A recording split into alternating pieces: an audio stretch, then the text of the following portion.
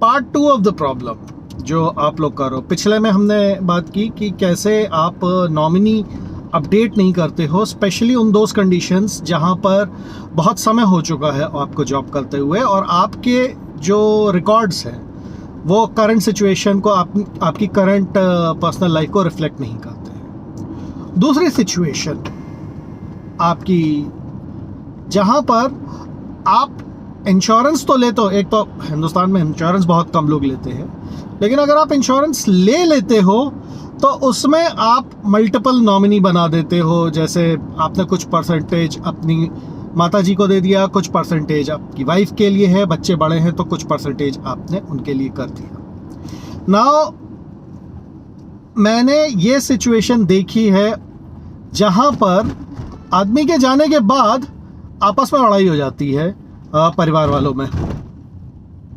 क्योंकि यहाँ पे आपने परसेंटेज किया था, हो सकता है आपने कहीं कोई विल बनाई हो, कोई डॉक्यूमेंट बनाई हो जो कॉन्ट्राडिक्ट कर रहा हो।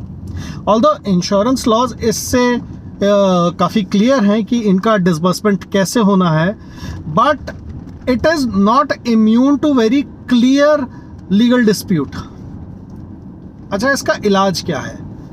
इसका इलाज साहब सिर्फ इतना है कि स्पेशली अगर आप डिवाइड कर रहे हो अपनी इंश्योरेंस नॉमिनेशन दो लोगों में, स्पेशली अपनी पत्नी में और अपनी माताजी में, एडवाइजेबल है कि आप दो अलग अलग इंश्योरेंस लीजिए जिसमें दोनों को रिस्पेक्टिवली नॉमिनी बना दीजिए।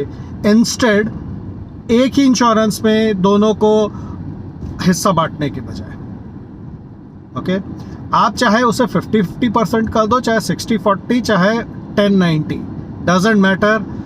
कला बढ़ती है स्पेशली जब परिवार में आप या जो लीडिंग पर्सन है, हम इस केस पे बात कर रहे हैं, वो इस दुनिया में नहीं रहता।